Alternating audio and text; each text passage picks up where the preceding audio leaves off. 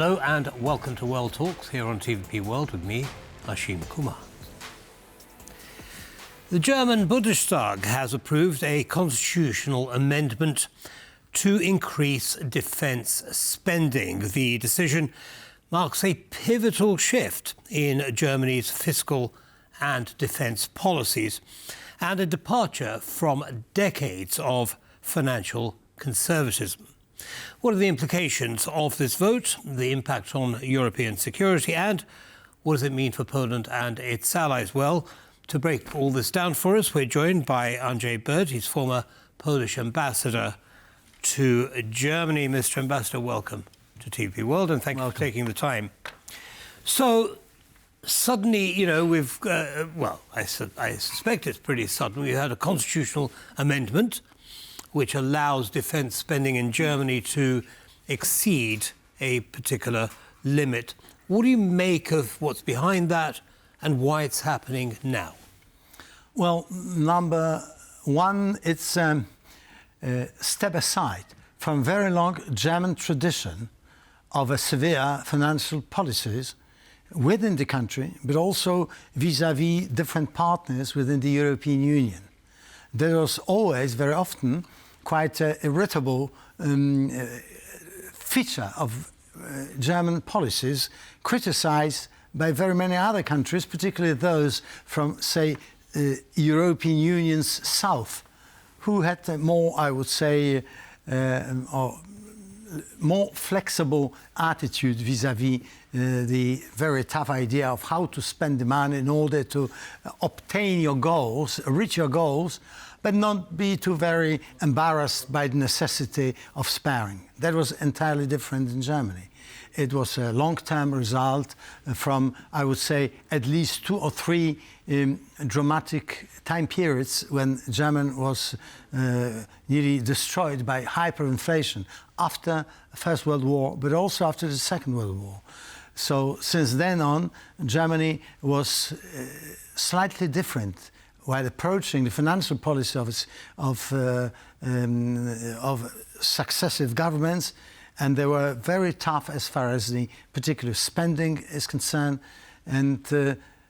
But they've eventually decided to change their constitutions, and they did it during after the change of the century. In 21st century, they entered with a dramatic decision just to stop excessive spending, and they decided to put this brake on the level of spending by successive governments. So is it the spending per se, or is it that it's being spent on defence and investing in Ukraine? No, that was a spending per se, because they said we are the best ones within the European Union, which try to observe the rules which were developed also by Germans within the European Union, and which were trying to force EU members to keep the budgetary deficit, but also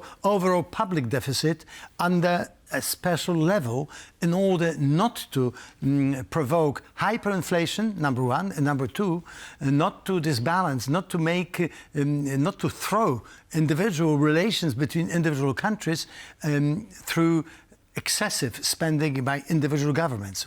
And therefore, when the European Union decided to introduce euro and then make this club of euro countries, so to say, then irrational financial policy of one of them could disturb very much, destabilize development of the entire club. And then they were very tough in this, I would say, in executing within the European financial structures this strict approach to management of monies. Understood.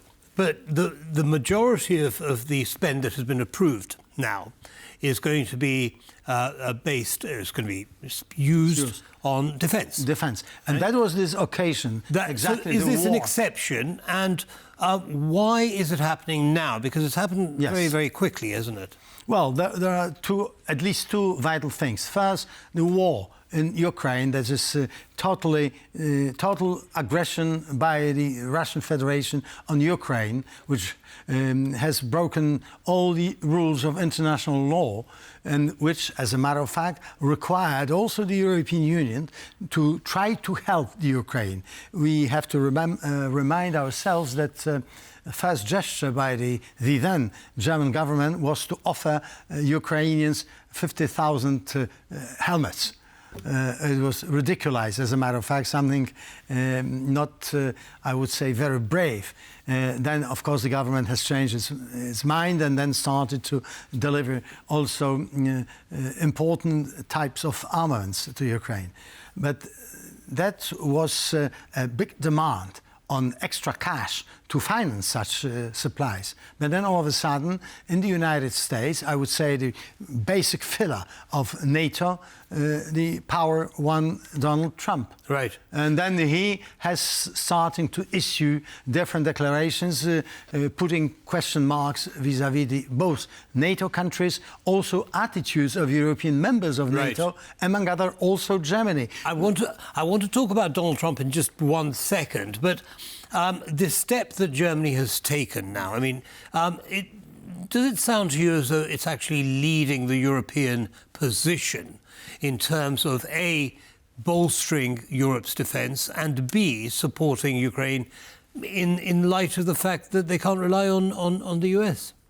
Well, if the European Union has to accept, and European Union has to accept the results of democratic elections in the United States. And if, so to say, at helm of power in the United States, we have a politician who seems to be very fond of his personal contact with a certain Vladimir Putin, also quoting to a certain extent in his 2 or 3 speeches, inviting him, which means Putin, to attack NATO members if they don't pay 2% of their GDP on military different spending, then practically very many European leaders have fallen into a big trap. They don't know what may happen if Russians, if they move forward and will dig deeper into the Ukrainian territory. One day, if they can get till the very end of this territory and stay at Bug River, which is Polish-Ukrainian border, so they say we have to take our own destiny in our own hands.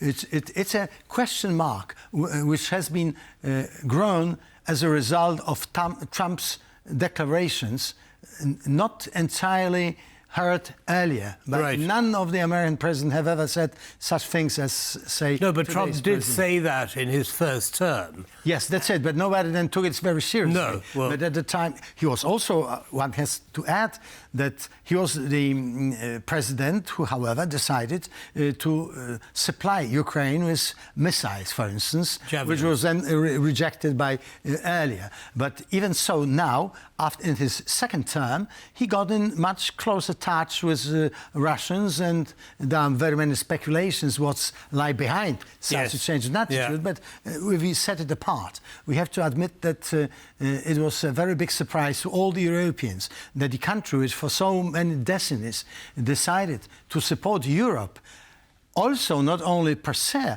but also we have to remind our American friends that also Europe did help the United States. For instance, when after the September the 11th, 2001, the United States decided to remind that there is Article 5 in the North Atlantic Treaty, absolutely. And then the European members of NATO members decided to help Americans there. Well, you mentioned Article 5, and Mark Rutte, Secretary General of NATO, said on X that he welcomed Germany's decision to increase its defence spending.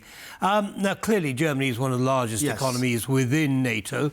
Are we seeing a shift in the posture of NATO generally? Is this the starting point?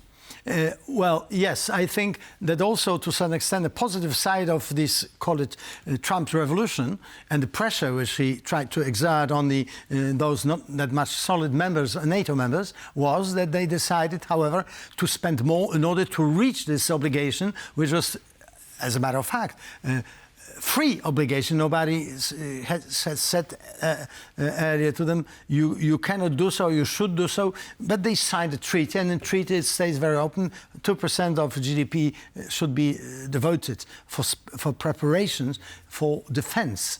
NATO is not an aggressive pact, it's a defensive pact. And all of a sudden we see that we have to defend ourselves, at least democratic countries, although some of them, like for instance Ukraine or like Georgia or Moldova, they are not members of NATO, but they are democratic countries located in Europe, and in this sense this North Atlantic Treaty was a defense pact against the then powerful Soviet bloc, to which at the time also Poland belonged.